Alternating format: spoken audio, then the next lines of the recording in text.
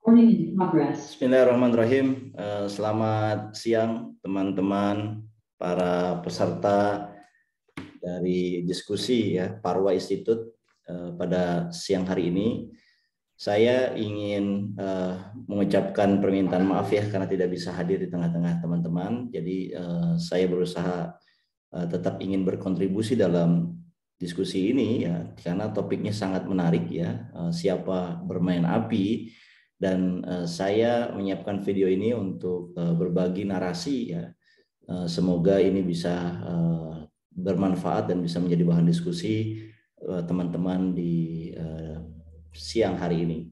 Jadi izinkan saya untuk memaparkan ya pandangan saya tentang siapa bermain api ya terkait mengenai gerakan anti konstitusi ya menurut saya yang ingin menggolkan wacana presiden 3 periode ataupun ingin menunda pemilu 2024 ya.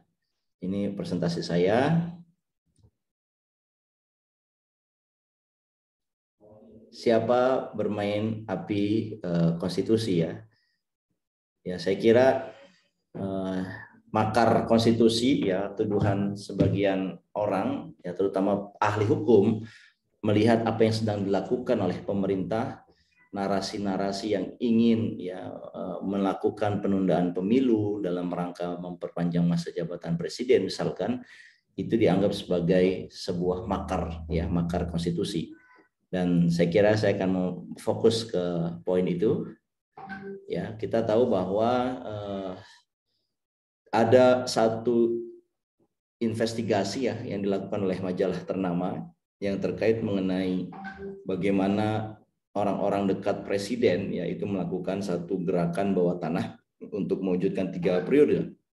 Dan saya kira gerakan bawah tanah 3 periode ini akan melumpuhkan ya kinerja pemerintahan Kabinet Indonesia Maju ya Presiden Jokowi dan Wakil Presiden Ma'ruf Amin. Dan kondisi ini saya kira sangat berbahaya ya, gerakan bawah tanah ya, satu gerakan. Jadi definisi gerakan bawah tanah itu adalah satu gerakan yang secara zahir ya tidak terlihat, tetapi secara bawah tanah dia bergerak gitu. Dan ini sangat relevan karena wacana-wacana dari presiden atau setidaknya ada narasi ya yang disampaikan pada 10 April yang lalu ya, sehari sebelum demo 11 April itu presiden menyatakan bahwa presiden dan para menteri itu tidak boleh lagi untuk membicarakan perpanjangan periode. Tapi saya kira publik tidak percaya ya. Buktinya adalah Senin 11 April itu tuntutannya masih sama padahal presiden sudah menyampaikan satu statement ya di hari Minggunya gitu. Nah, ini menunjukkan bahwa publik tidak percaya dengan apa yang disampaikan di media oleh presiden, tapi publik malah melihat ada satu gerakan bawah tanah yang diprakarsai ya, diduga diprakarsai oleh orang-orang dekat presiden. Nah, dan saya kira gerakan ini akan berbahaya ya bagi kondisi ekonomi, ya, sosial dan politik Indonesia. Padahal negara kita sedang berupaya melakukan pemulihan ekonomi akibat pandemi COVID ya. Kemudian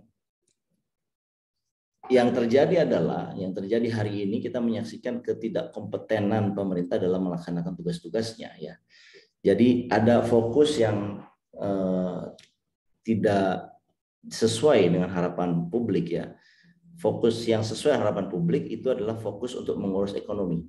Kenaikan harga-harga yang membebankan masyarakat itu tidak terlihat tidak ditangani secara baik, bahkan beberapa kementerian ya melakukan tindakan yang tidak kompeten dalam melakukan penurunan ya apa istilahnya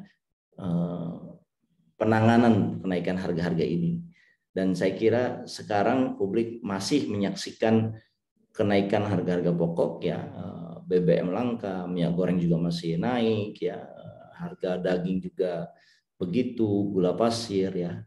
Dan juga keep in mind bahwa pandemi COVID ini telah melahirkan satu pengangguran baru. Jadi satu ada kelas yang tadinya mereka bekerja di formal, Tapi kalau kita lihat ya menjelang takjil berbuka itu di pinggir-pinggir jalan banyak sekali pedagang-pedagang kaki lima yang istilahnya adalah mereka sebetulnya kalau kita tanya mayoritas ya di antara mereka, saya pernah melakukan survei kecil-kecilan, itu awalnya adalah bekerja di perusahaan atau di sektor formal, tapi karena pandemi ini mereka harus kehilangan pekerjaan dan akhirnya mereka beralih ke profesi informal ya. Mereka harus tetap hidup ya karena kebutuhan sehari-hari ya, salah satu yang terbuka adalah menjadi pekerja informal ya, menjadi pedagang kaki lima, menyiapkan takjil untuk yang berbuka, dan itu menjamur sekali jumlahnya. Jadi hampir setiap perapatan pertigaan jalan yang ramai lalu lalang mobil ya, terutama di daerah perumahan, itu banyak sekali kaki lima yang berjamuran gitulah. Itu salah satu indikasi bahwa memang kegiatan informal ini semakin marak ya. Dan ini adalah satu konsekuensi dari banyaknya pekerjaan yang hilang akibat COVID-19. Dan kita memahami juga bahwa ya banyak tugas-tugas kementerian yang sudah melenceng ya. Menteri Koordinator Maritim dan Investasi misalnya Pak Luhut ya hadir di acara Abdesi ya. Which is itu sebenarnya bukan tugasnya Menteri Koordinator Maritim dan Investasi, meskipun ada yang mengatakan beliau adalah pembinanya Abdesi gitu. Tapi saya kira malah menteri yang terkait ya, Menteri Koordinator Politik dan Hukum misalkan Pak Mahfud MD, ataupun yang mungkin dekat juga dengan pemerintahan desa adalah Menteri Kesejahteraan Rakyat misalkan Menko Kesra Pak Muhajir juga tidak hadir. Jadi malah yang hadir itu menteri-menteri yang tidak terkait ya, dia hadir ya sebetulnya bukan dalam rangka abdesinya, tetapi menteri itu hadir karena ingin mengawasi deklarasi abdesi ya yang terkait dengan dukungan 3 periode ya.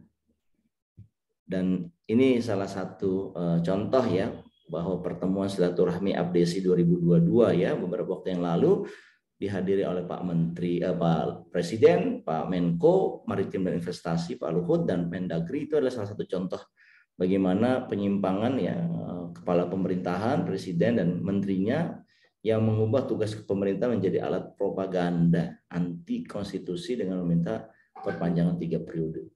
Dan untuk Abdesi sendiri mereka menjanjikan habis Lebaran ya, habis puasa, mohon maaf, Lebaran nanti berarti mereka akan datang ke Jakarta untuk mendeklarasikan kebutuhan mereka, meminta Pak Presiden, Pak Jokowi ya untuk menjabat 3 periode begitu.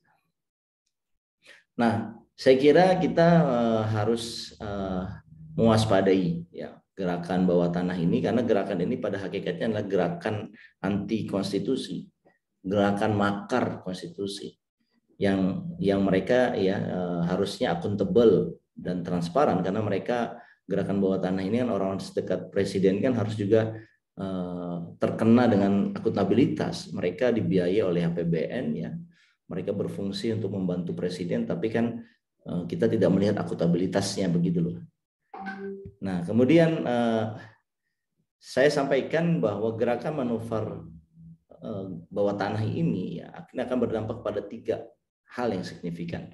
Yang pertama adalah pemerintah akan kehilangan fokus kerja dalam mengatasi persoalan ekonomi dan pemulihan kesehatan publik.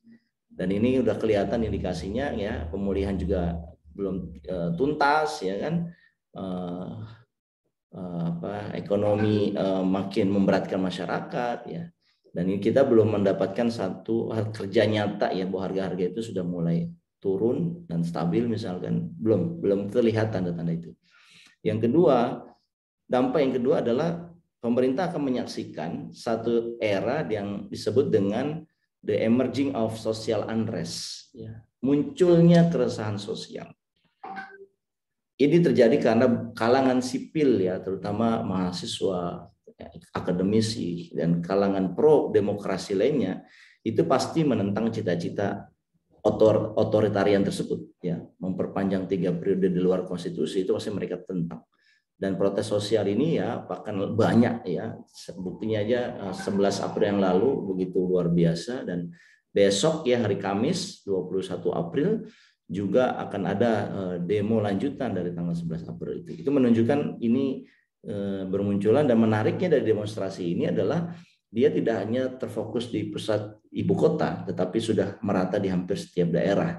Bahkan ada yang mahasiswa mendatangi DPRD-nya disambut oleh anggota DPRD atau pimpinan DPRD-nya yang menyatakan mendukung juga apa yang dilakukan oleh gerakan mahasiswa. Dan saya kira ini akan emerging of social unrest ini sudah dimulai dan kelihatannya makin hari ya ini akan makin membesar, dan saya tidak tahu bagaimana apakah kemudian social unrest ini akan berlanjut ke fase berikutnya, yaitu akan memunculkan terjadinya krisis kepemimpinan ya, seperti halnya di berbagai negara ya, di Sri Lanka, di Yaman, kemudian di Pakistan, yang pada akhirnya mengarah kepada pergantian kepemimpinan nasionalnya begitu ya. Saya kira mungkin saja itu terjadi manakala persoalan-persoalan yang harusnya ditangani oleh pemerintah malah itu tidak ditangani. Persoalan-persoalan yang membela kepentingan oligarki, memperpanjang masa jabatan, berorientasinya kekuasaan semata, itu yang malah dipikirkan. Nah, ini kan ada terjadi mismatch ya. Itu artinya pemimpin tidak lagi bekerja berdasarkan aspirasi publik, lantas aspirasi siapa gitu kan. Nah, saya kira paparan saya tuh sampai di situ. Terakhir saya ingin sampaikan bahwa bila presiden adalah seorang negarawan, ya harusnya presiden ini berhenti untuk melakukan gerakan bawah tanah 3 periode yang dilakukan oleh orang-orang dekatnya ya, dan fokus menuntaskan pemerintahan sampai 2024. Nah, kalau boleh menyarankan ya, karena saya adalah ahli kebijakan publik dan kita selalu mengkritik ya narasi komunikasi publiknya pemerintah, maka saya ingin sampaikan ya, memberikan nasihat kepada Pak Jokowi, kalau seandainya Pak Jokowi memang benar-benar sungguh-sungguh ya ingin berhenti dari narasi 3 periode ataupun memperpanjang masa jabatan di luar 2024, harusnya Pak Jokowi itu menyampaikan satu statement yang tegas ya. Salah satunya adalah bahwa beliau menunda pemindahan ibu kota IKN dan menyerahkan pembangunan ibu kota IKN itu kepada presiden terpilih. Nah, saya kira kalau narasi menunda IKN itu disampaikan oleh presiden secara verbal dan jelas gitu ya, disaksikan oleh seluruh rakyat Indonesia, saya kira mungkin hasilnya akan berbeda. Ya, karena dimanapun juga publik mengkaitkan bahwa pembangunan IKN ini tidak bisa dikejar 2 tahun ya, ini membutuhkan 4 tahun bahkan lebih dari itu ya untuk melakukan apa istilahnya functional city sebagai government atau administration city, itu kira-kira butuh 4-5 tahun untuk pembangunannya.